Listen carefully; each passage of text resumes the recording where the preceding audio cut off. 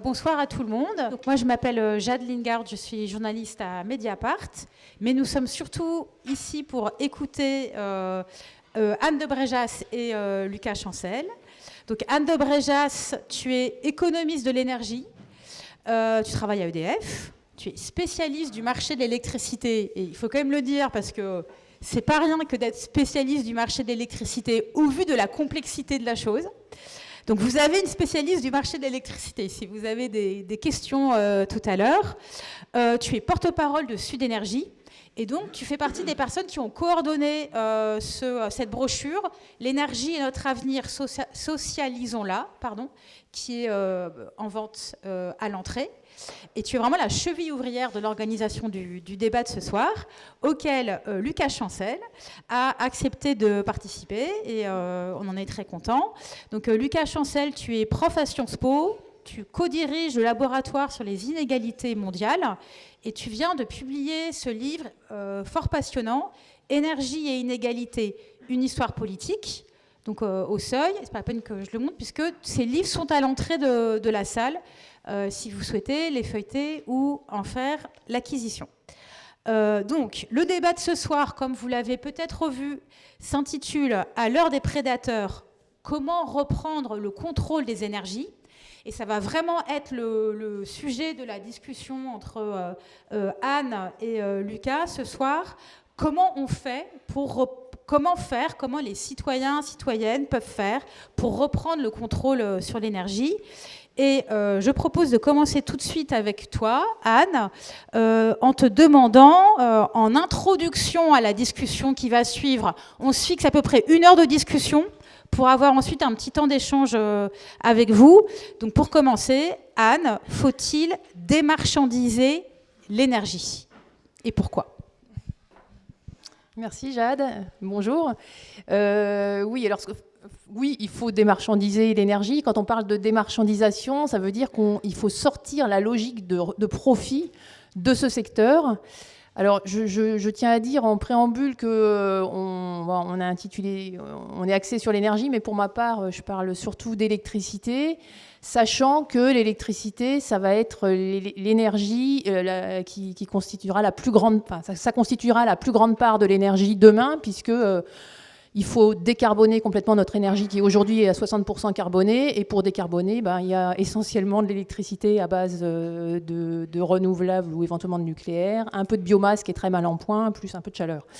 Voilà. Alors, il faut absolument sortir de la logique marchande de l'énergie, en particulier l'électricité. D'abord parce que c'est extrêmement stratégique, puisque sans énergie, notre économie ne fonctionne pas. Sans énergie, on ne peut pas avoir accès à des conditions de vie décentes, ce qui veut dire que celui ou ceux qui ont la main sur l'énergie, mais je pense que ça va être développé, ont un pouvoir absolument énorme. C'est un service public reconnu dans le Code de l'énergie, et donc il faut garantir à tout le monde cet accès à l'énergie, ce qui veut dire, quand on dit service public, un accès équitable à tous. Et un accès équitable dans des conditions de marché, ça paraît difficile à obtenir. Ensuite, il y a des raisons techniques. C'est un monopole naturel, en fait, l'électricité. Alors, on essaye de nous faire croire que non. On reconnaît que les réseaux sont un monopole naturel parce que ce sont des investissements de très long terme, très chers, et que personne ne va s'amuser à faire plus de lignes qu'il n'en faut, parce que ça serait une aberration, mais c'est exactement pareil pour la production. L'électricité, c'est la même pour tout le monde quand on se connecte, quand on se branche sur le réseau. Et il y a des conditions techniques qui sont imposées, puisqu'il faut maintenir un équilibre parfait à chaque instant entre la production et la consommation. Et pour arriver à ça, évidemment, il faut de la coopération entre les moyens de production et surtout pas de la compétition. Penser, une fois que le parc est construit, qu'on va mettre en concurrence une centrale nucléaire par rapport à une autre ou une centrale thermique par rapport à une centrale éolienne, c'est juste une vue de l'esprit, ça ne veut rien dire du tout. Donc il faut réguler coordonner au mieux ces centrales, et donc il faut planifier à toutes les échelles. Et donc évidemment, si tout le monde joue la même partition, c'est plus facile que si les gens sont en concurrence. Et puis pour finir, des raisons économiques, c'est un secteur extrêmement capitalistique, c'est-à-dire que ce qui coûte dans l'électricité, c'est des investissements sur le très long terme. Et pour faire des investissements sur le très long terme, il faut avoir les conditions financières, ce qu'on appelle le coût du capital, le moins cher possible, parce que c'est ce qui pèse énormément dans le coût final marginale de production. Par exemple, quand vous payez le nucléaire, les 2/3 de la facture, c'est pour les conditions financières. C'est pour les taux d'intérêt bancaire et puis la rémunération des actionnaires. Et donc, pour baisser ce coût du capital, eh bien, il faut avoir une structure solide. L'État, c'est la structure la plus solide qui soit. Et puis, il faut avoir le moins de risques possible. Donc, quand on a un système régulé, c'est bien moins risqué qu'un système dérégulé. Voilà, donc ça c'est des raisons théoriques. Et puis je dirais, pour finir, il y a aussi le retour d'expérience qu'on peut tirer de ces dernières décennies. C'est-à-dire qu'on avait depuis la guerre un monopole public du gaz et de l'électricité, EDF, GDF, qu'on pouvait critiquer sur un plan démocratique, mais en tout cas sur un plan technico-économique, c'était reconnu même par ceux qui poussaient à la libéralisation comme un succès technico-économique. On a ouvert à la concurrence sous la pression de directives européennes qui ont imposé cette mise en concurrence, alors qu'ils venaient un peu de l'ère Thatcher et Reagan, pour des questions très dogmatiques et aussi pour des intérêts privés bien compris, et puis pour des histoires d'effacer la concurrence, l'avantage concurrentiel de la France qui avait une énergie moins chère. Et on a vu le résultat, on a été de crise en crise, on a maintenant plein de producteurs, on a une armée de fournisseurs dont l'activité consiste à acheter pour revendre, personne n'y comprend plus rien, qui échangent de l'électricité sur une bourse avec un prix de marché qui ne correspond plus du tout au coût de production, qui est absolument incontrôlable. Et donc, on a été de crise en crise. Quand les prix sont plus bas que les coûts, les producteurs n'arrivent plus à se rembourser. Quand les prix sont plus élevés, les consommateurs payent très cher. Et l'apothéose, ça a été à partir de 2021, où ces prix de l'électricité maintenant dépendent beaucoup des prix du gaz. Alors, on pourra y revenir dans la discussion. Les prix du gaz ont commencé à s'envoler et là, les factures d'électricité ont atteint des sommets. Enfin, on a tous en tête des exemples de maires de certaines communes qui ont eu leurs factures multipliées par 10, des entreprises pareilles, en moyenne par 3 ou 4, les boulangers, etc., des grandes boîtes qui disent qu'ils ont délocalisé à cause de ça, des gens qui ne pouvaient plus non plus payer leurs factures, qui ont eu des rattrapages pas possibles. Alors que si on était resté dans un système public, on aurait eu une petite augmentation du coût de production, mais on n'aurait pas eu de crise de l'électricité. On en paye encore les conséquences. Ça n'aide pas évidemment à décarboner et à électrifier les usages. Et où est passé l'argent ? Eh bien, dans la poche des fournisseurs, des énergéticiens qui, d'après la Cour des comptes, ont empoché, rien qu'en 2 ans, 37 milliards d'euros. Donc la collectivité, les consommateurs et les contribuables ont payé 37 milliards de trop grâce à ce système. Voilà. Bon, alors une introduction très claire à ce débat avec tes éléments d'analyse économique. Lucas Chancel, ton livre Énergie, inégalité, c'est vraiment un livre d'histoire. Donc j'imagine que c'est plutôt depuis l'histoire que tu vas vouloir répondre à cette même question. Faut-il démarchandiser l'énergie et pourquoi ? Merci, bonsoir à toutes et à tous. Alors, l'énergie, comme Anne l'a dit, c'est pas un bien comme les autres. Sans énergie, il n'y a pas d'activité humaine, il n'y a pas de société, il n'y a pas de production économique possible. Et donc, par conséquent, aujourd'hui, mais en fait à travers toute l'histoire des sociétés humaines, les humains et les entités économiques ont voulu utiliser de l'énergie. Et ceux qui produisent l'énergie, par conséquent, ont un pouvoir très particulier sur l'organisation de la société, sur l'organisation de l'économie et potentiellement aussi sur l'organisation des systèmes politiques.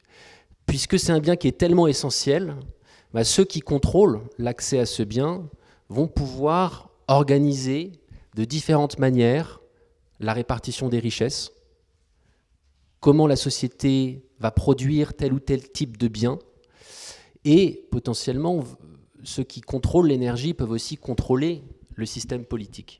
Et moi, c'est cette histoire-là que j'essaie de raconter dans le livre, où je montre que, par exemple, il y a 100 ans, en France, mais aussi aux États-Unis, on parle déjà de démarchandisation de l'énergie, parce qu'à l'époque, il y a déjà des tarifs de l'électricité qui sont trop élevés, il y a des inégalités dans l'accès à l'électricité, et du coup, il y a beaucoup de débats sur mais est-ce que c'est normal, est-ce que c'est la meilleure manière d'organiser l'énergie que de la laisser à des gros conglomérats privés.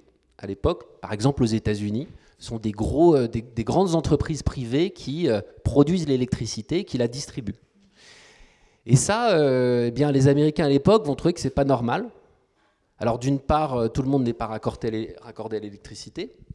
D'autre part, les tarifs sont extrêmement élevés à l'époque.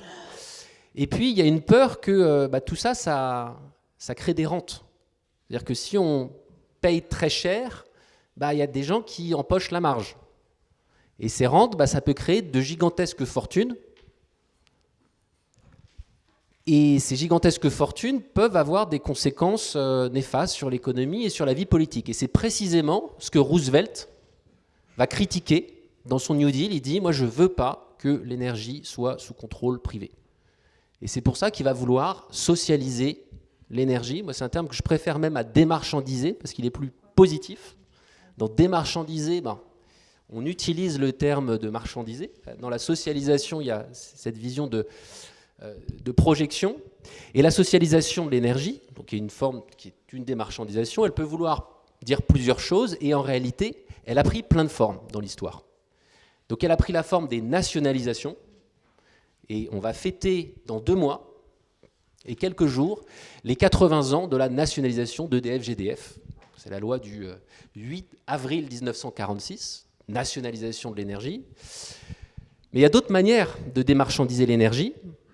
Et on le voit, on l'a vu notamment aux États-Unis. Je citais l'exemple de Roosevelt. Lui, ce qu'il a fait aussi, c'est qu'il a accompagné la municipalisation de l'énergie, c'est-à-dire qu'il a poussé des communes à prendre le contrôle de l'énergie, c'est-à-dire à acheter des petites centrales de production d'électricité ou de gaz. Et ensuite, ce sont les communes qui vont gérer ces services-là. Donc, ce qu'on pourrait appeler en France aujourd'hui des régies. De l'électricité, il en reste, ou du gaz, il en reste quelques-unes. Et puis, il y a encore une autre possibilité qui est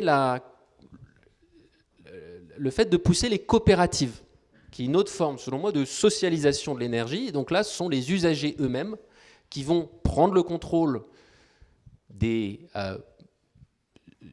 centrales de production et qui vont décider eux-mêmes des tarifs, qui vont décider eux-mêmes de quels investissements on fait. Est-ce qu'on fait plutôt aujourd'hui de l'éolien, du solaire? Est-ce qu'on utilise d'autres sources d'énergie pour produire ce bien?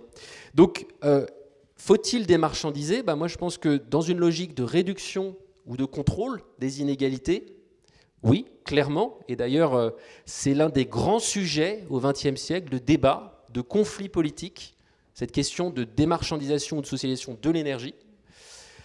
Ça, c'est le premier point. Et le deuxième point, c'est dans un moment très particulier de notre histoire énergétique, où là, il ne s'agit pas uniquement de penser aux inégalités, mais aussi de transformer de fond en comble notre système énergétique pour réduire notre impact sur l'environnement. Il y a une vraie logique à la démarchandisation qui est pour le pilotage de l'énergie.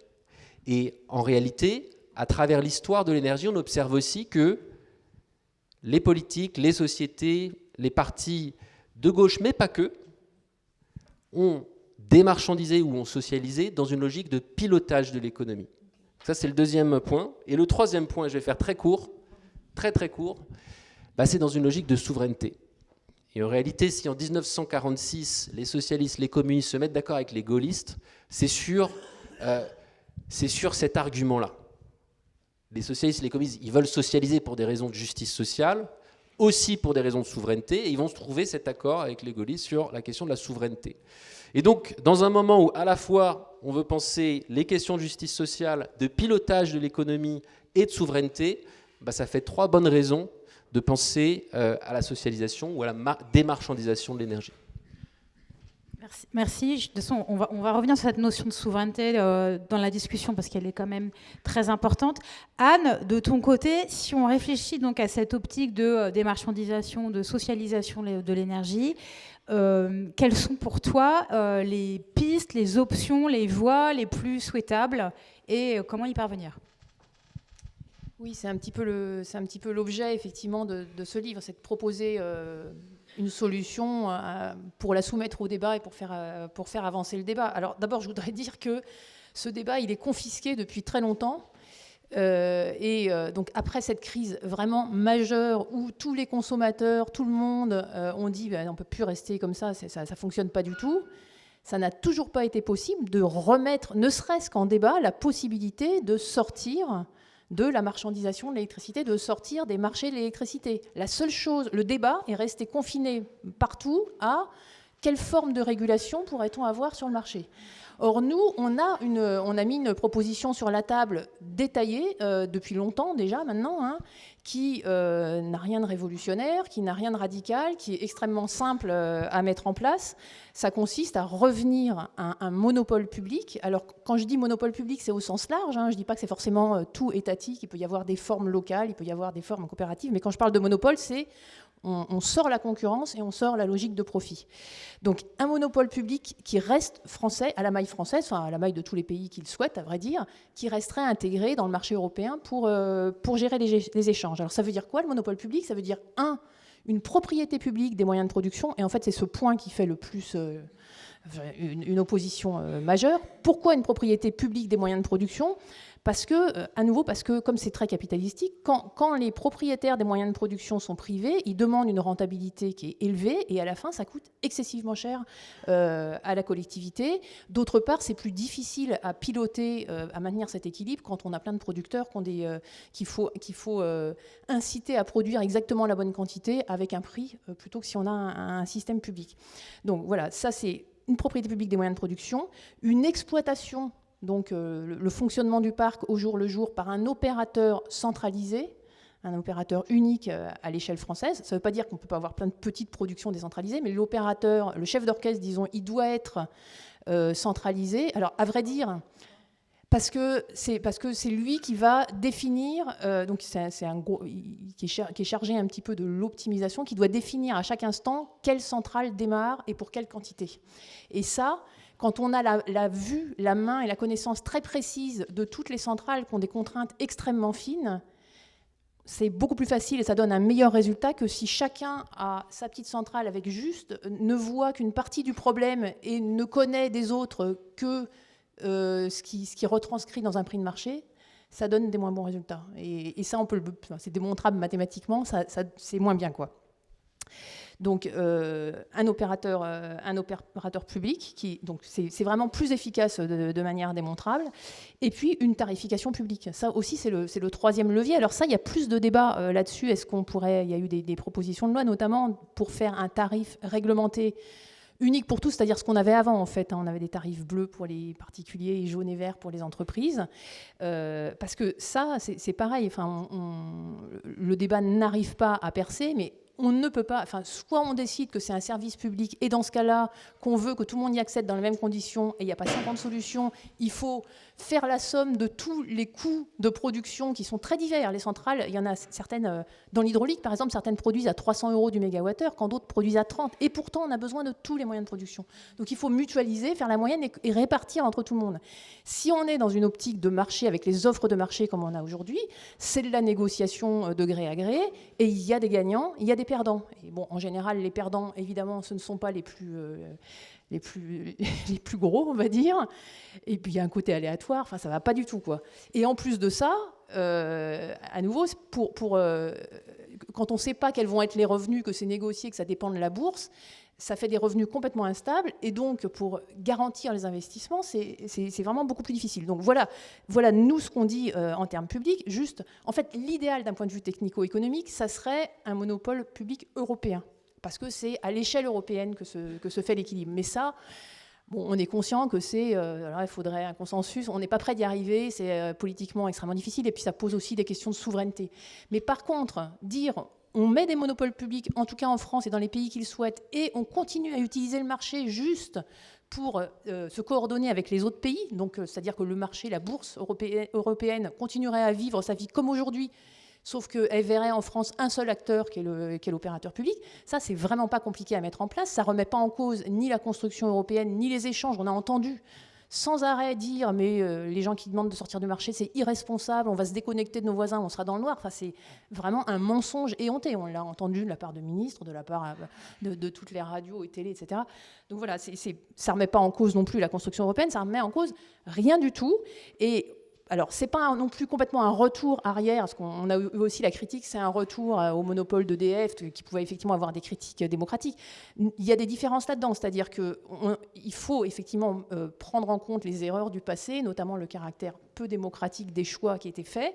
Donc l'opérateur public en monopole ne serait pas décideur de la politique énergétique. Pour nous, la politique énergétique, elle doit être décidée sur le long terme, sur la base de scénarios de long terme. Il commence à y avoir des scénarios, négawatts, RTE, et il devrait y avoir, alors ces scénarios existent et sont relativement bien faits, par contre aujourd'hui, à la fin, c'est le chef d'État qui prend la décision et puis c'est tout, quoi. Donc là, on pense qu'il y a une vraie avancée démocratique à avoir, parce qu'il faudrait qu'il y ait un débat autour de ces différentes options possibles, notamment avec et sans nucléaire, et que ça devrait aller dans des conventions citoyennes, avec tous les outils qu'on a de démocratie, et moi je pense jusqu'au référendum pour impliquer tout le monde. Donc, l'opérateur public, lui, c'est pas lui qui déciderait, c'est une décision démocratique. Il ne serait pas constructeur non plus, parce qu'il doit garder la neutralité. Et dans la construction du parc, une fois qu'on a décidé la politique énergétique, l'État donc doit organiser les appels d'offres. Là, il peut y avoir de la place pour la concurrence, éventuellement. On peut continuer, enfin c'est discutable, mais on peut avoir des appels d'offres et de la concurrence pour construire les centrales. Mais une fois que les centrales sont là, il n'y a plus de concurrence et c'est propriété publique. Et puis donc une attention particulière au contrôle démocratique de l'opérateur public, donc avec une gouvernance démocratique, avec des contre-pouvoirs, et notamment une liberté de parole des salariés, des syndicats, avec une obligation de transparence. Aujourd'hui, c'est beaucoup trop opaque, et avec des organismes, des contre-pouvoirs, en fait, donc des organismes de contrôle sur la base, par exemple, d'un contrat de service public avec des objectifs clairs. Voilà ce qu'on propose. Ok, merci. Lucas Chancel, à la fin de ton livre, tu fais une remarque, tu dis que finalement, en France, le débat sur l'énergie porte beaucoup sur quelles sources d'énergie, plus ou moins de renouvelables, plus ou moins de nucléaire, la part d'énergie carbonée, la part d'énergie décarbonée. Bon, ça c'est un débat tranché par les objectifs de transition énergétique, mais enfin, on voit bien que dans certains pays, par exemple les États-Unis, ce critère-là peut être violemment remis en cause. Mais donc tu fais ce point que finalement, le débat tourne beaucoup autour de quel type de source de production d'énergie, alors qu'en réalité, le débat fondamental politiquement, si on veut réduire les inégalités, c'est ce que disait Anne, c'est la propriété du capital des énergéticiens. Est-ce que tu pourrais donner des exemples qui vont dans le sens de ce point que tu fais ? Merci. Et oui, je pense qu'on débat de technologie, donc de voitures diesel versus voitures électriques, de panneaux solaires contre nucléaire, de centrales à charbon contre éolien. Et on débat aussi, et pour le coup c'est nécessaire, technologie versus sobriété. On a besoin de sobriété, on ne va clairement pas tout régler par la technologie. Il faut transformer les technologies, mais il faut aussi réduire radicalement notre usage de biens matériels en général. Mais dans tout ça, je pense qu'on oublie un peu trop souvent la question du contrôle, effectivement. Et cette question du contrôle, en fait, elle domine un peu ces deux autres questions. C'est-à-dire que les acteurs qui possèdent le capital énergétique vont décider ensuite les technologies qui seront produites et vont pouvoir décider aussi les usages qui en seront faits. Je vais juste prendre un exemple là-dessus. Sur le passé, ensuite, pour revenir sur le présent. Donc, dans les années 30, et je reviens sur les États-Unis, mais j'essaierai de citer d'autres pays ensuite, mais celui-là, il est particulièrement intéressant. Il y a des tramways électriques dans les villes américaines qui se développent. Donc, vous avez plusieurs grandes villes américaines qui ont ces réseaux de tramways, transport en commun, qui ne plaisent pas aux compétiteurs, la voiture et le business du pétrole. Et donc, les firmes du pétrole, et notamment la Standard Oil of California, de Rockefeller, vont s'allier avec les producteurs de voitures, General Motors, pour faire une sorte d'OPA sur ces entreprises de tramway, pour les racheter et pour les faire couler. Et une fois qu'elles ont coulé et que les tramways sont empilés les uns sur les autres avant d'attendre leur destruction, en fait, la voiture va se développer dans les centres-villes américains et pendant des décennies, tout ça aura un impact extrêmement important sur les usages. Donc, le contrôle du capital, de la propriété des infrastructures énergétiques un effet extrêmement important sur les usages. Et c'est pour ça qu'il faut qu'on discute beaucoup plus de la propriété. Et c'est pour ça que ce débat, je suis tout à fait ravi de l'avoir ce soir, puisqu'en mon sens, au cours des dernières années, on n'a pas assez débattu de ça. On a débattu en France largement pour ou contre le nucléaire. Et est-ce que c'est une bonne option du point de vue du coût global du système ? Très largement, on a parlé de ça. Et en réalité, donc, replacer le débat sur le contrôle, ça me semble nécessaire parce que, donc, très concrètement, ça permet de parler de la régulation du marché. Est-ce qu'on est d'accord, en fait, avec le fait que le marché européen actuel est la meilleure manière d'organiser les prix, les tarifs et l'investissement ? Et moi, je suis tout à fait en soutien avec ce qui vient d'être dit. Je pense qu'il faut davantage réglementer les tarifs. Et là, certains pourraient dire, oui, mais en fait, on a déjà des tarifs réglementés. Et c'est bien ça le problème, c'est qu'on a créé un système de déréglementation, en tout cas de marchandisation, et on s'est rendu compte en même temps qu'il avait tellement de problèmes qu'on va essayer de lui mettre des patchs, des pansements. Donc on va quand même garder de certains tarifs qui sont réglementés. On va essayer de fixer, de subventionner certains producteurs pour leur garantir un certain prix de rachat. On met plein de rustines sur un système qui est fondamentalement pas bien appareillé, pas bien outillé pour répondre à la réalité du monde énergétique. Et pour la petite histoire, c'est assez paradoxal parce que ce système de marché de l'énergie, il est largement inspiré de Marcel Boiteux, économiste de l'énergie français, qui a pensé un système de tarification marginale. On en a un petit peu parlé tout à l'heure, je ne vais pas rentrer dans les détails techniques, mais en tout cas, il a pensé un système dans un cadre de monopole intégré. Et ensuite, on a pris ce système et on l'a appliqué à l'Europe pour le faire vivre dans un cadre de concurrence. Donc tout ça, ça ne marche pas bien, c'est bancal, c'est structurellement pas pensé pour la transition énergétique. C'est un système qui a été développé dans les années 80-90 avant qu'on ait des objectifs de décarbonation. C'est essentiellement un système pour penser l'optimisation d'un monde de fossiles, en gros. Et donc il faut changer de système, en mon sens. Il faut mieux réglementer les tarifs. Mais pour aller un peu plus loin que ce que disait Anne tout à l'heure, je pense qu'il faut aussi penser, donc ce n'est pas que la production ou la distribution d'électricité, je pense qu'il faut aussi penser le système énergétique plus globalement.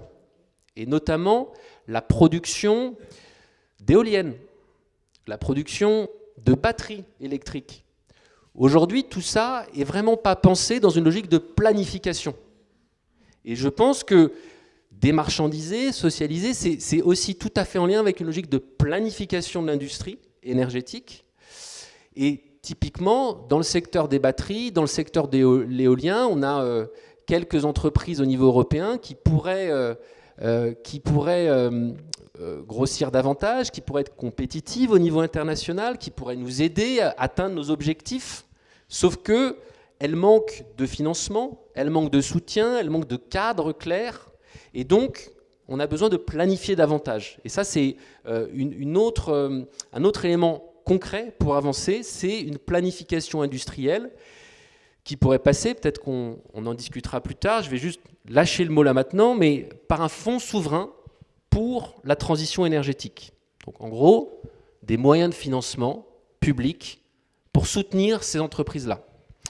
Et troisième point assez rapidement, parce qu'on a parlé de réglementation et de fixation des tarifs de l'électricité, c'est très important pour lutter contre la précarité énergétique notamment, de production, donc il faut aussi penser la production de l'écosystème industriel, mais enfin il faut aussi penser l'énergie comme, il y a aussi la question du transport, de l'accès à des solutions de transport, et en mon sens, démarchandiser, socialiser l'énergie, c'est aussi penser à potentiellement développer une flotte publique de petits véhicules électriques. Ça va plus loin que ce qu'on a entendu récemment sur le leasing social. Le leasing social, vous allez avoir accès à des véhicules à 100 €, largement subventionnés par l'État. Le problème, c'est que ces propositions-là, ça ne bénéficie qu'à une toute petite partie de la population. 50 000 personnes en ont besoin, en bénéficient, quand 5 millions de Français auraient besoin d'accéder à des solutions décarbonées pour leur transport.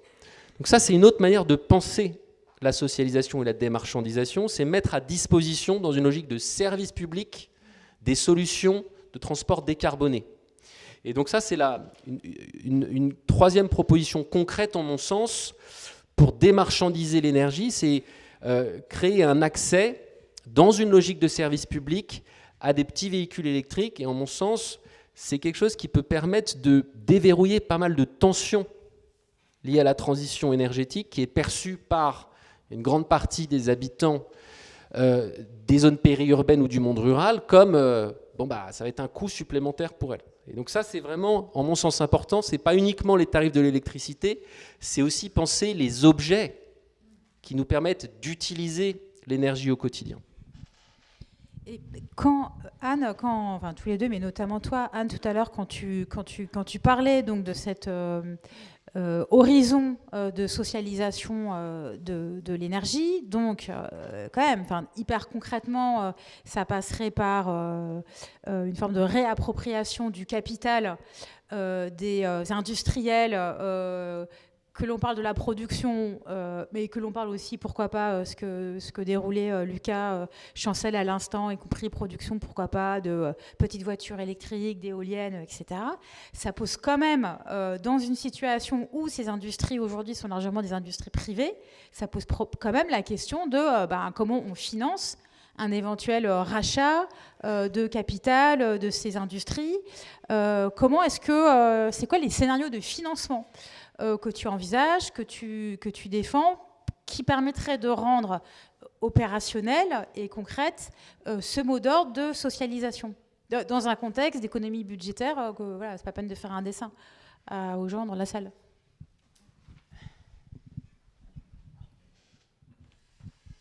Ouais, en fait, je pense que ça, c'est un problème beaucoup moins grave que les problèmes physiques qu'on a devant nous, qui sont une crise écologique absolument gigantesque. Et c'est cette dette-là qu'on laisse à nos enfants, bien plus qu'une dette financière. Et en fait, des solutions... Effectivement, nous, on se retrouve souvent confrontés à... on va peut-être parler après, on est en train de privatiser nos barrages. L'État n'a pas d'argent. C'est une blague, quoi. Ce sont des investissements qui sont rentables à terme, systématiquement, qui coûtent beaucoup moins cher à la collectivité à terme que si on s'endette finalement auprès du privé. Parce que c'est ça qu'on fait quand on délègue des secteurs dont on a de toute façon besoin auprès des privés. Alors après, qu'est-ce qu'il faut faire dans la situation dans laquelle on est, dans une Union européenne où on n'a plus la main sur la création monétaire. Bon, peut-être qu'il faut réfléchir à ça d'une manière plus générale, mais il commence à y avoir des réflexions, par exemple, sur le fait que l'endettement pour la transition énergétique pourrait être soustrait des critères de Maastricht sur l'Europe. De plus en plus de gens commencent à dire que de toute façon, on a de tels montants à investir sur la durée, on parle de plus 70 milliards par an pour la transition énergétique, que de toute façon, s'il n'y a pas d'investissement public, on n'y arrivera pas, on n'a absolument aucune chance de faire. Je pense par exemple à l'économiste Pisani-Ferry avec Mafous qui a fait un livre, et pourtant il était plutôt conseiller de Macron.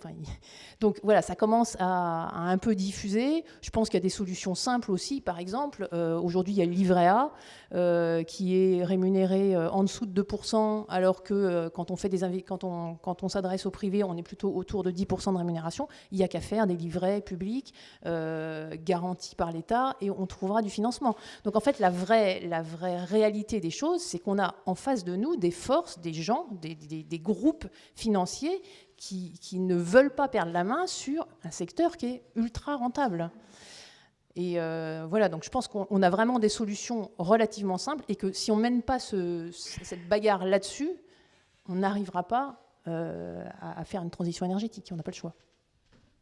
Donc pour toi, il y a la question du financement, elle n'est pas une vraie question en fait. En tout cas, si c'est une question, mais je veux dire, c'est pas insurmontable. Et par exemple, quand Lucas Chancel parle de fonds souverains, ça c'est des formes d'outils de financement que tu trouves pertinents, intéressants ou pas ? Oui, ça me paraît une des possibilités, le fonds souverain. Alors, je n'ai pas regardé dans le détail, mais ce qui est sûr, c'est qu'on a des outils à notre disposition, alors plus ou moins tolérés par l'Union européenne, et dans ce cas-là, il faut désobéir.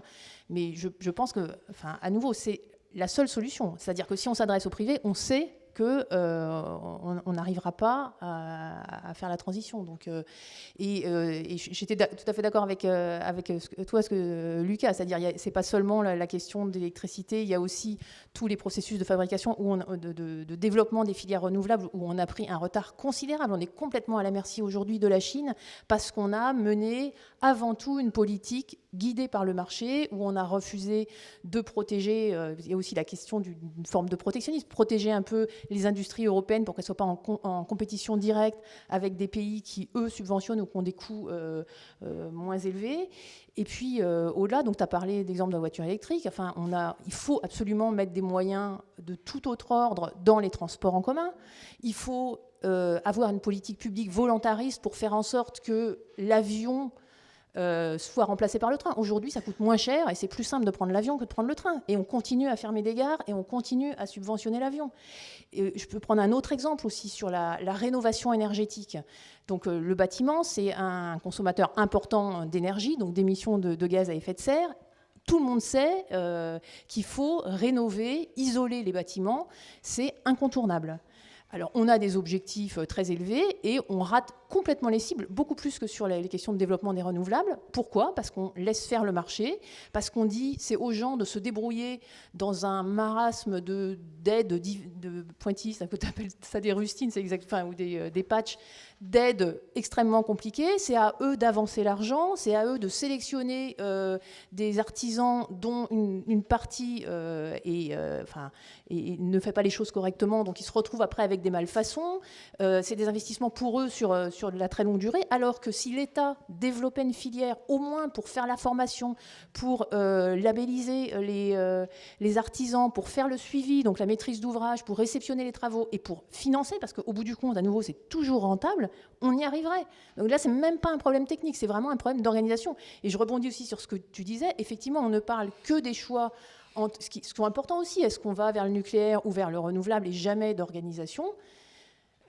Si on rate la transition énergétique, je pense que ça sera en grande partie à cause des problèmes d'organisation. Et sur le coup, si on compare les scénarios avec nucléaire ou 100% renouvelable, à horizon 2050, si on en croit RTE ou si on en croit différentes sources, c'est relativement du même ordre d'idée, c'est à 15% d'écart à 2050, alors on peut dire on se trompe, alors que si on bouge, si on fait du public plutôt que du privé, là on est dans des ratios plutôt de 1 à 2, quoi. Donc vraiment le levier c'est en coût, oui, en coût.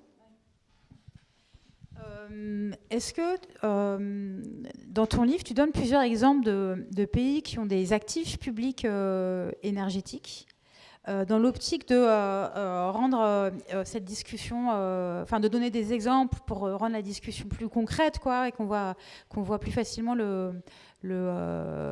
comment ça peut se mettre en œuvre dans un quotidien contemporain, ces discussions qu'on a là, un peu de principe. Est-ce que tu voudrais bien nous développer quelques exemples ? Je pense notamment à la Suède. Si tu veux bien expliquer pourquoi est-ce que tu le développes dans ton bouquin, qu'est-ce que tu en tires comme enseignement de cet exemple-là ?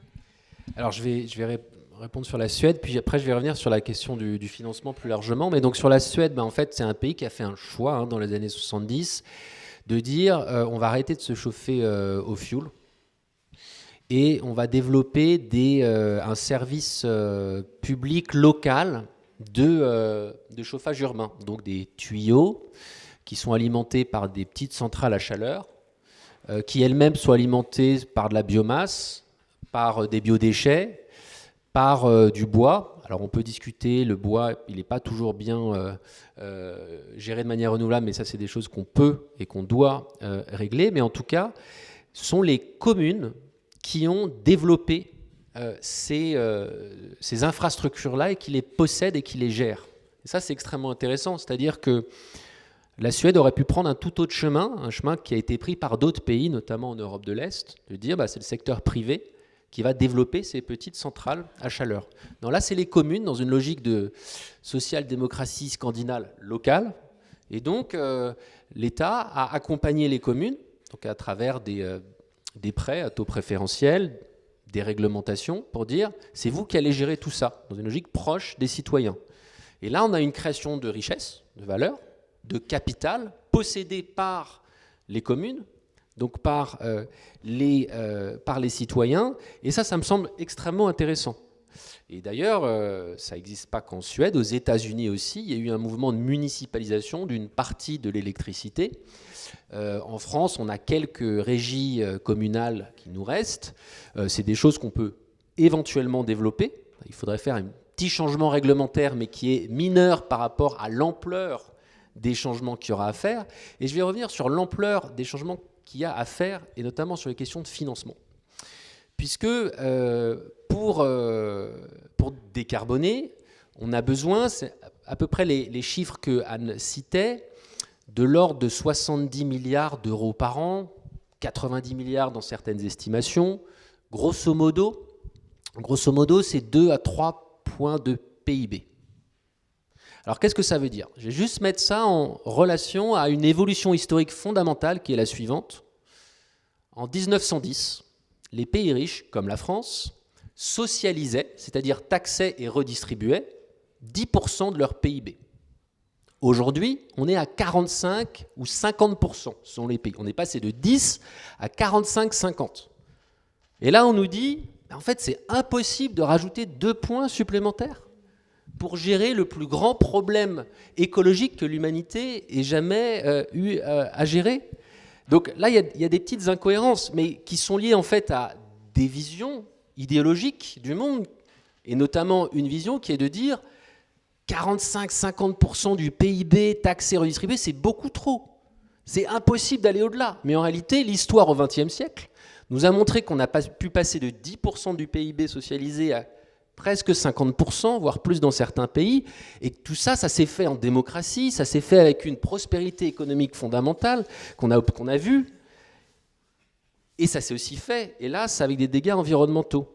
Mais pour régler ces dégâts environnementaux, ajouter quelques points de PIB supplémentaires me semble tout à fait cohérent et dans la suite de ce mouvement historique. Donc, du point de vue du financement, je pense qu'il faut, il faut vraiment regarder en arrière. En 1945 et donc en 1946, pendant les débats sur la nationalisation, le ministère des Finances à l'époque disait « mais n'y pensez pas, mais vous n'avez pas nationalisé EDF-GDF parce que il fallait compenser en partie les détenteurs de titres de cette myriade de compagnies d'électricité et de gaz qui allaient être expropriées de fait. » Et donc, le ministère des Finances dit, mais en fait, il n'y a plus un rond dans les caisses, il y a un déficit extérieur qui est énorme, les indicateurs sont dans le rouge. Enfin, c'est des discours qu'on a l'impression qui se répètent aujourd'hui. Il y a une volonté politique très forte de dire, mais en fait, pour piloter la reconstruction, il n'y a pas d'autre solution. Et je pense que pour piloter la transition, c'est difficile de voir comment on peut faire autrement. Donc ça, c'était la première série d'arguments. La deuxième série, c'est que tout ça, comme le dit Anne, c'est rentable en réalité. Au niveau européen, on dépense chaque année 300 milliards d'euros en hydrocarbures. En France, environ 80 milliards. Ça varie selon les années, mais qu'on dépense en hydrocarbures. Donc ça, c'est des choses qui vont être économisées à mesure qu'on fait cette transition. Donc ce sont des investissements qui sont rentables. Et puis un dernier point qui est un peu plus technique, mais pour bien comprendre pourquoi est-ce que le secteur public en fait, est souvent plus intéressant que le secteur privé quand il s'agit d'investir sur le long terme. Déjà, il voit sur plus longtemps. Il prend en compte des objectifs écologiques, climatiques que le marché va avoir du mal à prendre en compte. Et puis, là, on débat depuis des mois sur le niveau d'endettement de l'État français, mais l'État français, là, s'endette à 3%, 3,5%. Un acteur privé qui va développer un projet d'énergie renouvelable, il va s'endetter à combien, selon vous? 7, 8, 5 dans le meilleur des cas. Même si on prend le meilleur des cas, entre 3,5 et 5, ça fait un énorme différentiel de coûts sur le long terme. Donc pour de nombreux projets de long terme, en fait, il y a vraiment une rationalité à ce que ce soit un endettement public. Alors, ensuite, il y a des règles, il y a des contraintes au niveau européen, mais en réalité, ces règles et ces contraintes, elles bougent sans arrêt. Depuis la crise des subprimes, on a bougé sans arrêt de règles et de contraintes, et on bougera encore ces règles et ces contraintes. Donc je pense qu'il faut tout à fait pousser ce type de proposition. Et en mon sens, je pense qu'on peut avancer. Et peut-être pour terminer, des propositions, des visions qui peuvent paraître utopiques aujourd'hui, en fait, paraîtront tout à fait consensuelles et pragmatiques et réalistes demain. Et c'est ça que nous enseigne vraiment l'histoire de l'énergie.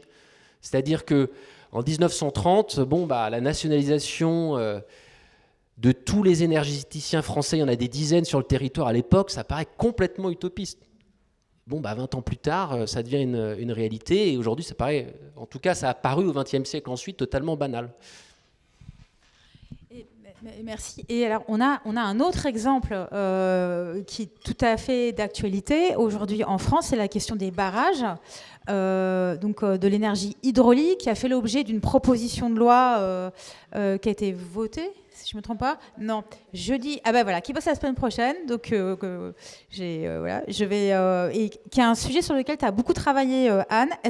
Alors comme c'est assez technique, est-ce que tu peux nous expliquer c'est quoi qui est en jeu aujourd'hui avec autour de ces actifs de barrage, et pour toi, ça serait, tu aurais aimé que ce soit l'occasion d'en faire quoi? Oui, c'est effectivement vraiment d'actualité. Alors, les barrages, l'énergie hydroélectrique, c'est la première énergie renouvelable en France. C'est entre 12-13% de la production. C'est le premier et pratiquement le seul moyen de stockage d'énergie, avec ce qu'on appelle des stations de pompage, où on a un lac en haut, un lac en bas, et on remonte l'eau quand on n'a pas besoin d'énergie, on la redescend pour en avoir.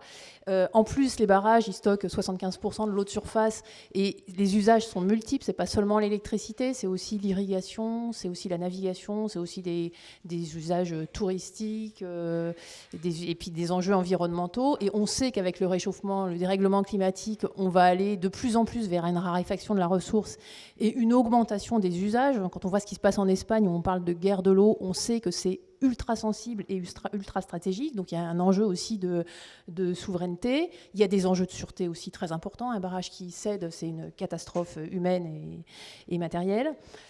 Et donc c'est vraiment, je dirais, un bien commun par excellence, quoi. Je pense que personne ne peut dire le contraire, et là-dessus il y a un consensus. Et en plus de ça, c'est une énergie qui est particulièrement pas chère en moyenne. Alors il y en a qui sont beaucoup plus chères que d'autres, mais en moyenne c'est vraiment pas cher, et donc autant dire que c'est très rentable.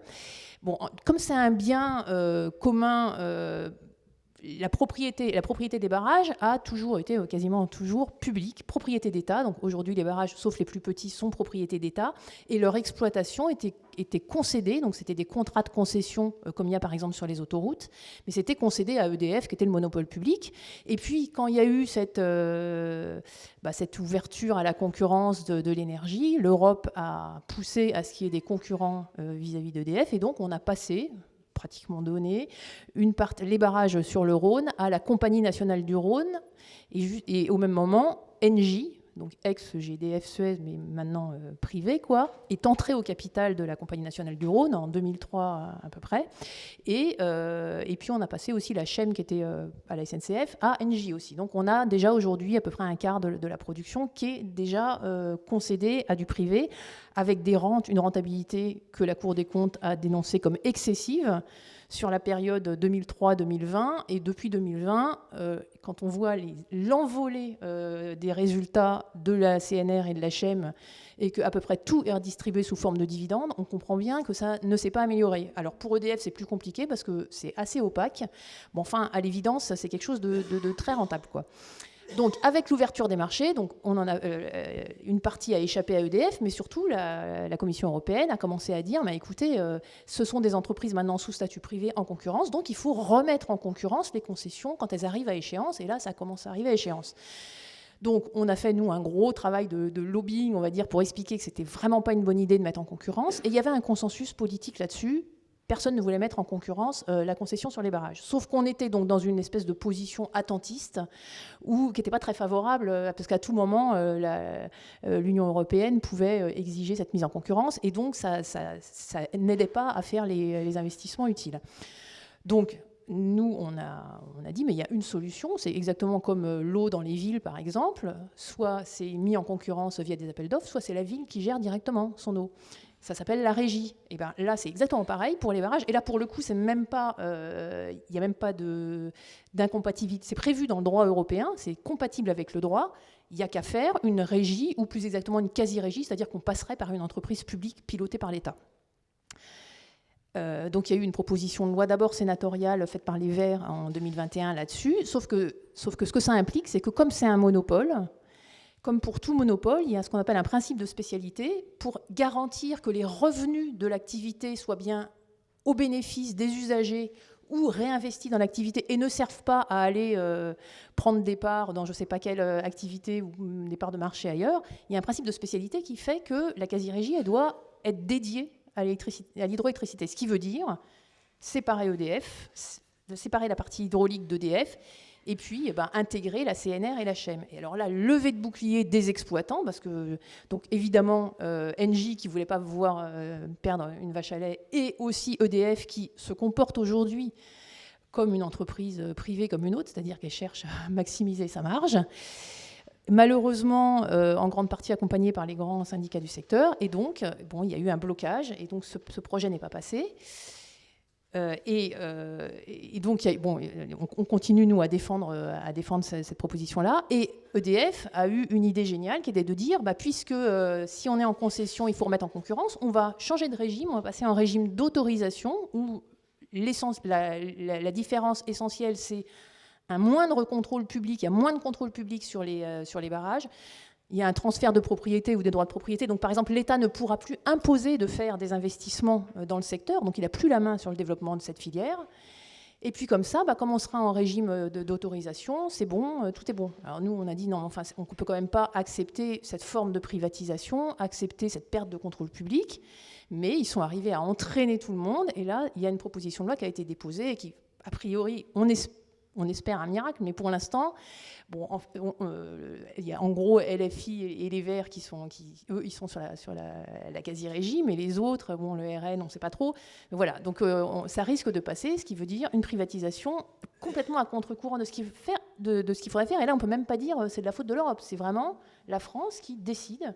Et l'autre problème aussi, c'est que du coup, si on avait un monopole, on pourrait mettre donc un tarif réglementé sur les coûts bas de l'hydraulique. Ça profiterait à tous les usagers et ça garantirait des conditions idéales de financement pour les gros investissements qu'il y a à faire, donc des coûts extrêmement plus bas. Alors que là, on reste dans une situation où l'hydroélectricité, elle est vendue à prix de marché. C'est l'électricité la plus dérégulée qui soit, parce que on a eu plein de patchs, mais sur l'hydroélectricité, il n'y en a pas. Donc voilà, on reste dans cette situation-là. Et alors là, on a fait donc un rapport, on a détaillé les arguments, etc. Mais on a l'impression que ça n'est pas écouté, ça ne rentre pas en ligne de compte. Tout ce qu'on nous dit, c'est personne ne veut de la quasi-régie. Quand on dit, mais enfin, personne, c'est qui ? Les exploitants. Ah bah oui, c'est sûr. Hein. S'ils sont en train de se partager le service public, oui, ils ne sont pas d'accord. Mais voilà un peu où on en est là-dessus. Merci. Alors, comment on s'approche de la fin de cette première, de la discussion entre vous deux avant de passer la parole aux personnes dans la salle. Moi, j'aurais une dernière question, si tu me permets, Lucas, qui nous décale un tout petit peu de la question des barrages, mais quoique. Et c'est la même question pour tous les deux.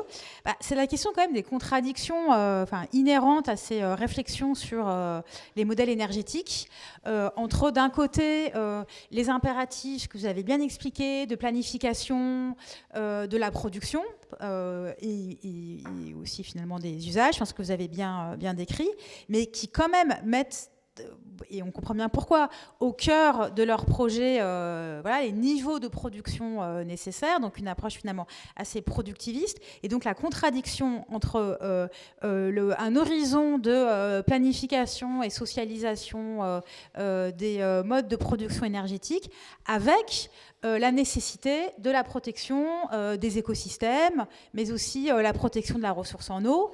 Ce que je veux dire, c'est qu'il ne suffit pas d'être une puissance publique, comme on le sait, pour agir de bonne manière et en bonne intelligence et en bonne protection de ce qu'il faudrait faire pour lutter contre les dérèglements climatiques, protéger la biodiversité.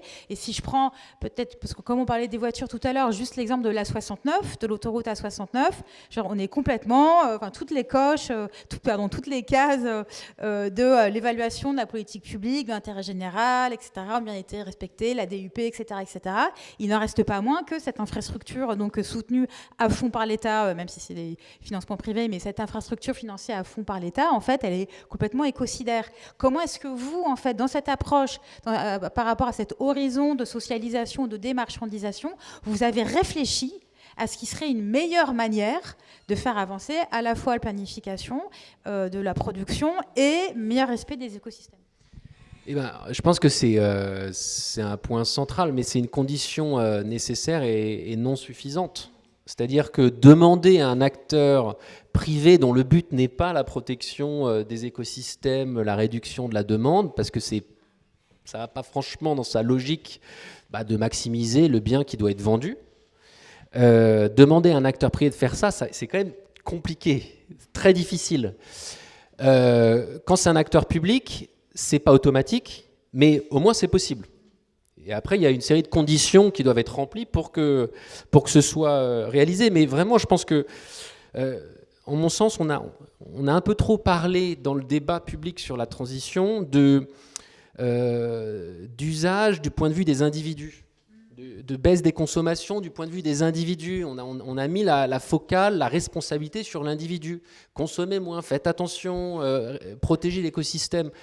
Et on n'a pas assez pensé la production.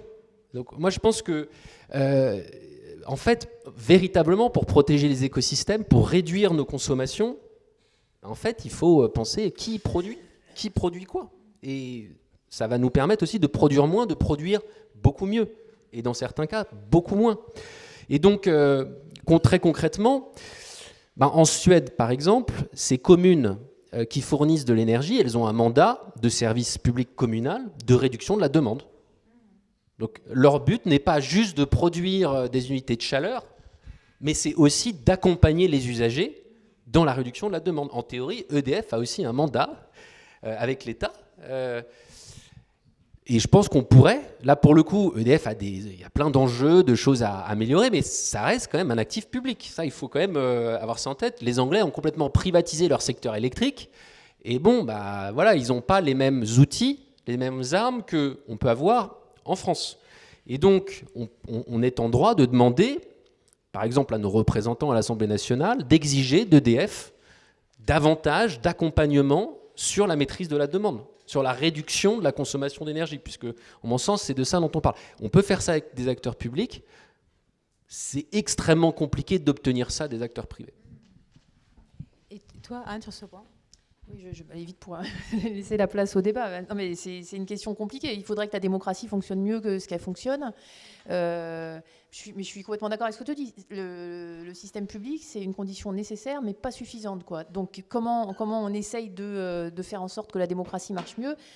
Moi, je pense qu'il faut pas mettre tous les œufs dans le même panier. C'est-à-dire qu'il faut des contre-pouvoirs, il faut garantir des contre-pouvoirs, il faut garantir de la transparence, il faut garantir des organismes de contrôle.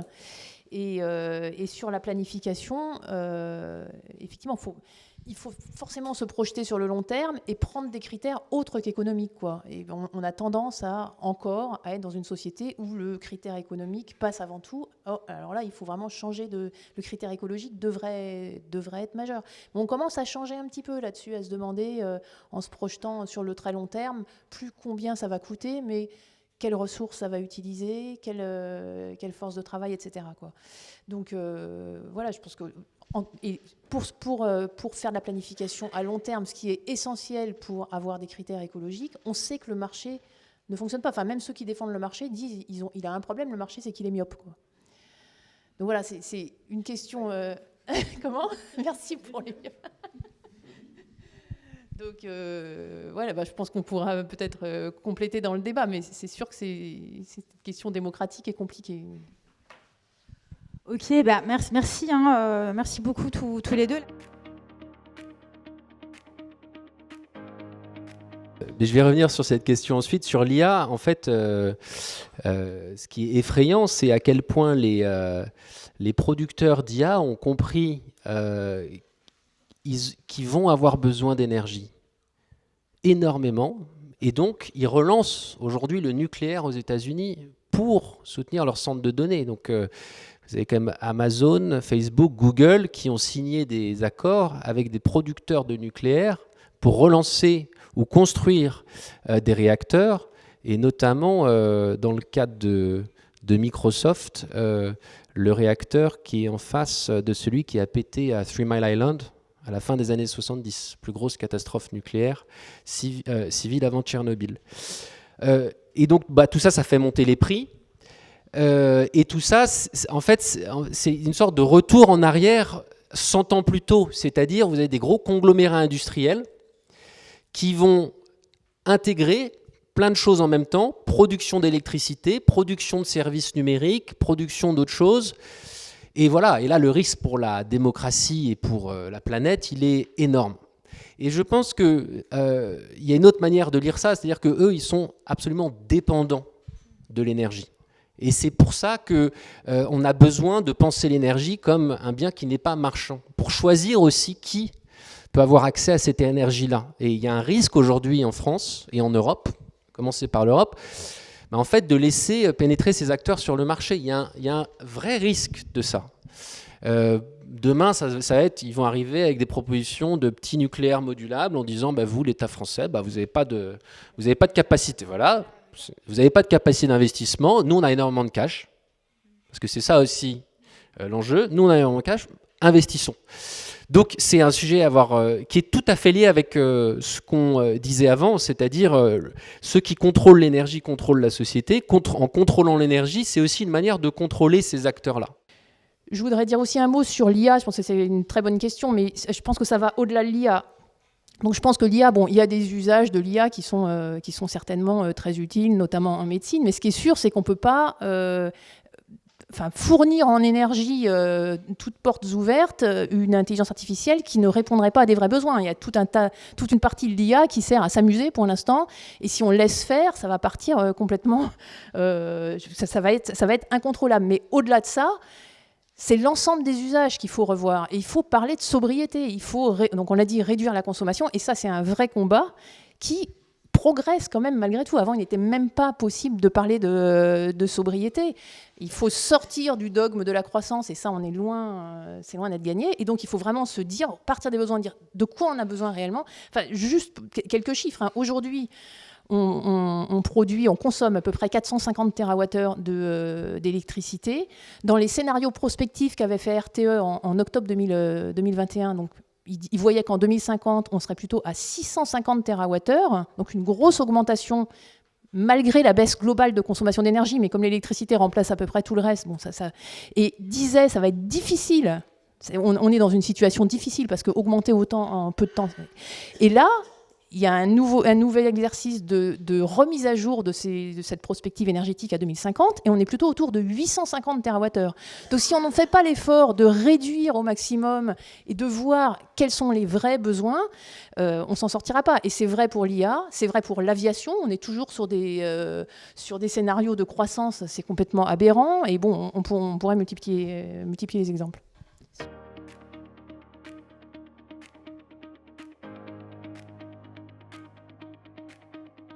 Sur l'AREN, je pense que Anne... alors, pour le dire, il est tard, et rentrer dans les points techniques, c'est peut-être... Mais pour le dire assez simplement, c'est l'un de ces mécanismes bizarres qui sont en fait des pansements sur un marché qui se veut concurrentiel, mais qui se heurte à une réalité qui ne l'est pas. En gros, l'AREN, c'est ça. C'est une sorte de reversement d'acteurs qui bénéficient d'une rente énergétique liée à l'histoire du marché français, c'est-à-dire qu'on a fait des investissements il y a longtemps qui aujourd'hui sont globalement rentables, centrales nucléaires, les barrages, c'est aussi le cas. Et du coup, dans le cadre du marché concurrentiel, on se dit c'est injuste quand même que ces acteurs-là bénéficient d'autant de rentes de situation, donc il va falloir reverser une partie de tout ça à d'autres acteurs.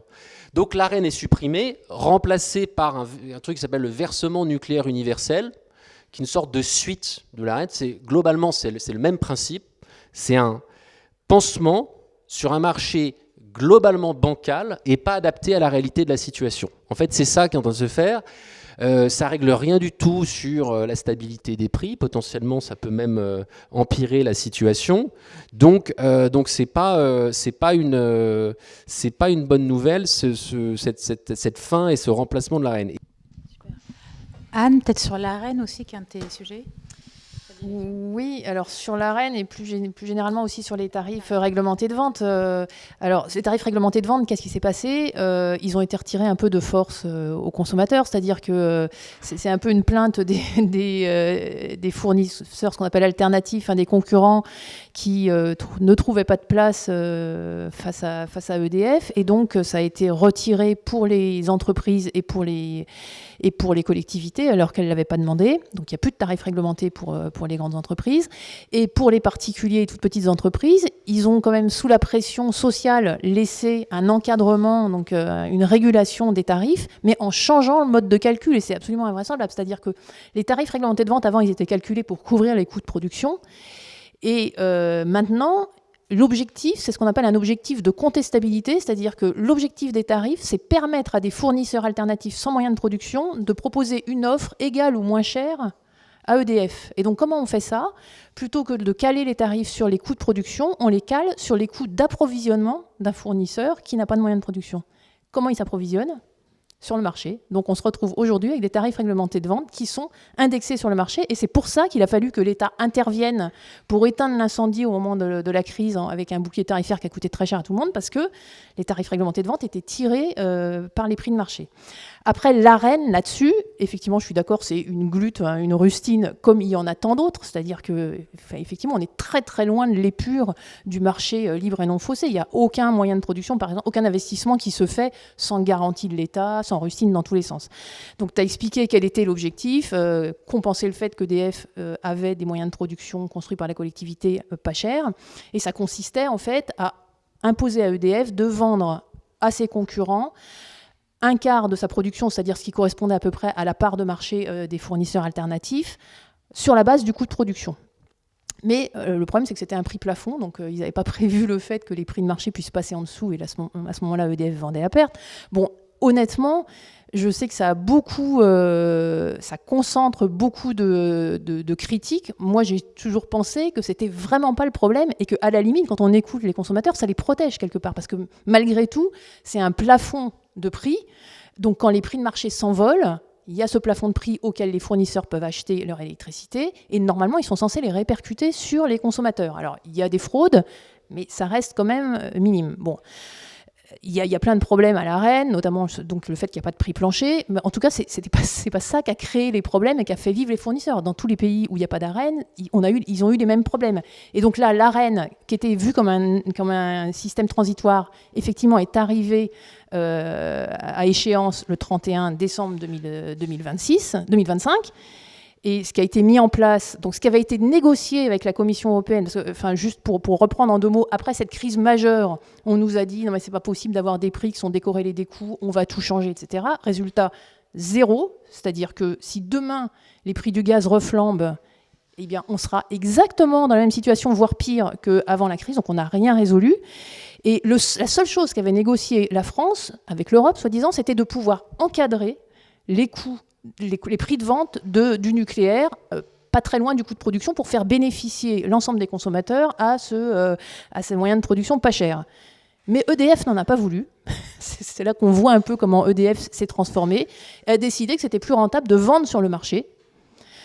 Et donc, il s'est battu pour un système VNU. Alors, je ne veux pas rentrer dans c'est ultra compliqué, mais en tout cas qui expose encore plus qu'avant les usagers au prix de marché, et notamment les tarifs réglementés de vente, puisque du coup les fournisseurs n'ont plus l'AREN, donc c'est encore plus exposé qu'avant au prix de marché.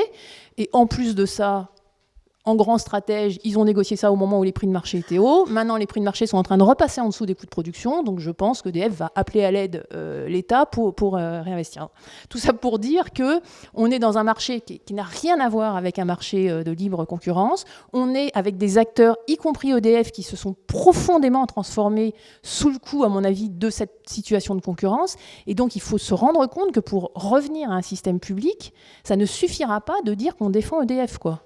Il faut vraiment revenir à un système hors concurrence et redécouper. En plus, EDF fait la moitié de son chiffre d'affaires à l'international. On n'en a pas parlé aussi, mais dans la politique internationale que mène la France. Enfin, les pays du Sud global sont les premiers à payer les dérèglements climatiques qui ont été provoqués par les pays riches. On pourrait dire la même chose à l'intérieur d'un pays, quoi.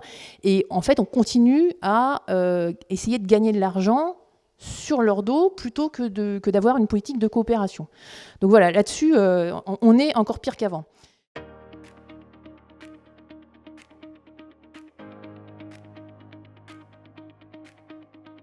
Planification à long terme, comment est-ce qu'on se met d'accord? Disons, je pense qu'il y a, comme en 45-46, une fenêtre d'opportunité quelque part s'est ouverte pour les socialistes et les communistes qui ont réussi à pousser leur projet de socialisation avec une alliance sur la logique de souveraineté énergétique. Et je pense qu'aujourd'hui, sur la dimension souveraineté énergétique, il y a la possibilité d'élargir certaines formes de coalition qui, notamment sur ces questions de planification, qui étaient peut-être plus difficiles jusque-là. Mais bien sûr, ça veut dire des financements qui vont avec. Et là, moi, je note un écart très fort entre la population française, qui, par exemple, qui souhaite à 80%, en fait 85% taxer par exemple les plus hauts patrimoines, ça dégagerait, taxe Zuckman, 20 milliards d'euros par an, c'est quand même pas rien pour contribuer à ces financements-là et à la planification de certains investissements. Et disons une grande partie de la classe politique qui en fait est à la traîne par rapport à l'opinion, par rapport à l'état de la société sur ces questions-là. Donc moi, je vois des opportunités, je ne dis pas qu'elles vont se matérialiser, mais je pense que la situation a un peu changé aujourd'hui par rapport à il y a 5 ans ou par rapport à il y a 10 ans. On revient ici, et peut-être, comme tu avais une question directe sur centralisation, système centralisé et manque de démocratie. Pardon. Oui, enfin, la question de la centralisation, c'est effectivement une question importante. Enfin, nous, ce qu'on dit dans l'ouvrage, notamment, c'est que il ne faut pas mélanger les axes. C'est-à-dire qu'on peut avoir du public décentralisé, du public centralisé. On peut avoir de la démocratie à chaque échelle. Ce qu'il faut, c'est identifier qu'est-ce qui peut être fait à chaque échelle et quelles décisions peuvent être faites à chaque échelle. Et je pense qu'on ne peut pas tout décentraliser, notamment l'électricité. Enfin, l'électricité, on a encore une fois des contraintes techniques qui sont extrêmement complexes, d'équilibre. C'est beaucoup plus facile d'équilibrer, d'avoir de l'énergie à chaque instant à une maille plus large que si on fait des petites poches indépendantes, parce que sinon, il va falloir mettre du stockage, et ça, d'un point de vue écologique, c'est pas bien. Je prends l'exemple de l'hydroélectricité. À peu près toute l'hydroélectricité en France est sur une moitié du territoire, sur la moitié sud-est en gros. Donc, est-ce qu'on veut de la solidarité ou pas? Et à quelle maille on met cette solidarité? Et bon, moi je pense qu'il faut... Donc, il y a tout un tas de décisions qui ne peuvent être faites qu'à la maille au moins nationale, et voire même en collaboration, en coordination avec l'Europe, ce qui est encore plus difficile. Donc moi, je ne suis pas du tout pour des systèmes d'autoconsommation où on a l'impression... Alors, je comprends dans un certain sens que c'est un moyen un peu de s'extraire de l'enfer du marché. Mais ce n'est pas une solution qui va résoudre les problèmes. Ça peut résoudre un tout petit problème. Et la question, c'est à quelle maille on veut cette solidarité? Les tarifs réglementés de vente, finalement, c'est une régie qui serait à la maille nationale. Moi, je pense qu'on avait avant la notion de péréquation tarifaire, c'est-à-dire que partout sur le territoire, on avait les mêmes tarifs. Ça me semble bien de conserver ça. Après, ça ne veut pas dire qu'il n'y a pas des décisions, notamment ce qui concerne la production décentralisée. Enfin, quand on dit un opérateur centralisé, ça ne veut pas dire qu'il ne peut pas y avoir plein de productions décentralisées. Et donc, il y a des décisions à prendre à l'échelle décentralisée, effectivement, parce que là, c'est plus facile, effectivement, d'aller recueillir l'avis de tout le monde sur la localisation des éoliennes, sur est-ce qu'on choisit plutôt de faire des éoliens, plutôt de faire des renouvelables. Là, ça peut être à une maille municipale, par exemple, ou territoriale. Mais dans tous les cas, ça doit être à une maille publique qu'on ne soit pas obligé de payer, en gros, pour avoir le droit de décider. Et par contre, à nouveau, il y a des grandes décisions qui sont à l'échelle nationale. Et je reprends un peu la question de comment on met de la démocratie là-dessus et comment on fait pour se projeter à long terme dans un système politique qui ne va pas tellement dans ce sens-là. bon, il y a des choses quand même à nouveau qui avancent. Hein. On est maintenant, on a des scénarios qui se construisent en concertation sur la très longue durée avec tout un tas de gens qui viennent participer, notamment les scénarios RTE par exemple. On demande l'avis des différents producteurs, des associations, des syndicats, de tout un tas de gens. Le problème, c'est après la décision elle est centralisée. C'est pour ça que moi je pense qu'une fois qu'on a ces scénarios, il faut absolument... La solution pour se remettre dans le long terme, c'est faire un débat démocratique. Et moi, je pense aller jusqu'au vote, parce que si on avait un référendum sur la question, il me semble que c'est plus engageant sur le long terme que des décisions politiques qui sont défaites du jour pour le lendemain, quoi.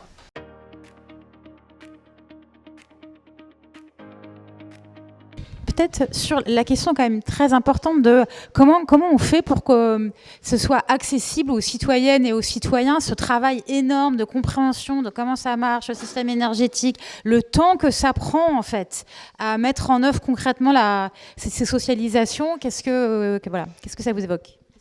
Ça m'évoque que c'est vrai que c'est un secteur, quelque chose d'apparence complexe. On l'a vu avec les questions tarifaires, de péréquation, de l'Arenh. Tous ces objets-là sont complexes à comprendre et je pense que cette complexité, elle est en partie organisée pour que les citoyens ne s'occupent pas de ces sujets-là. Donc le travail qu'on essaye de faire ce soir avec Anne dans nos ouvrages, c'est aussi pour essayer de démocratiser ça. La première étape, c'est vraiment d'essayer de simplifier cette complexité qui est en partie organisée pour que surtout on ne s'occupe pas de ces sujets. Donc ça, pour moi, c'est le premier point.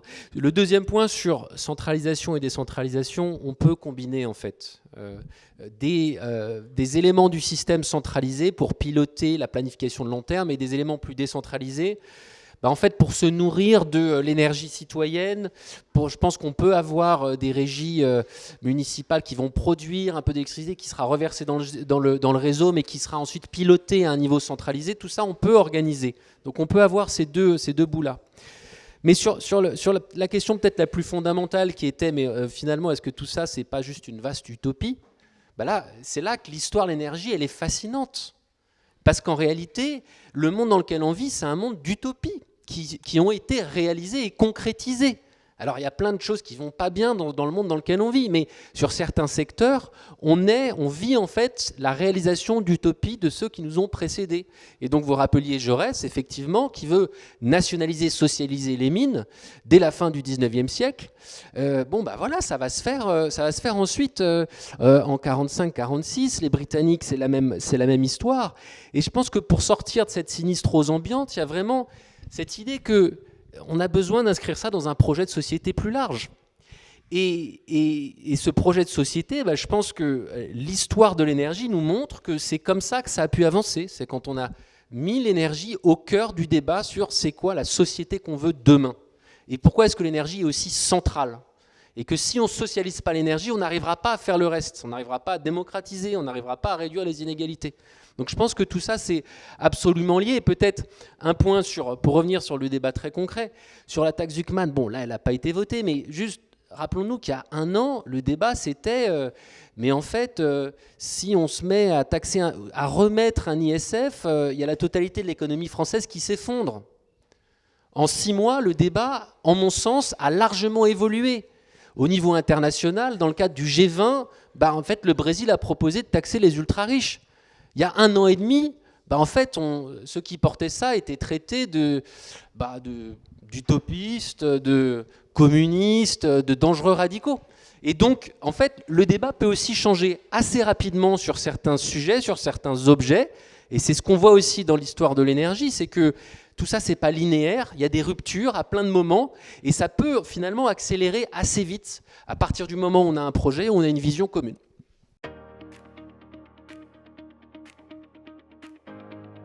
Bon, moi je suis porte-parole d'une organisation syndicale, donc je vais pas. Ce qu'on peut dire quand même, c'est que ceux qui parlent de planification écologique et qui parlent de sortir l'énergie et tout un tas de secteurs des griffes du secteur marchand et des intérêts privés, sont plutôt à gauche de l'échiquier, on va le dire comme ça, quoi. Je pense que tout le monde se reconnaîtra à gauche et chez les Verts, voilà. Et c'est pour ça aussi, en grande partie, qu'ils sont tellement combattus. Là-dessus ? Non ? Non, mais juste, moi, je pense qu'ils gagneraient tous à placer encore davantage au cœur de leur discussion, de leur proposition, de leur projet, cette question du contrôle de l'énergie. Je pense que le débat démocratique s'en portera mieux et peut-être que leurs projets aussi seront plus solides, plus robustes et peut-être qu'on aura encore plus envie de soutenir ces partis-là. Bon, merci beaucoup. On avait dit qu'on s'arrêtait à 20h30. Il est 20h36. Donc, merci beaucoup pour votre concision.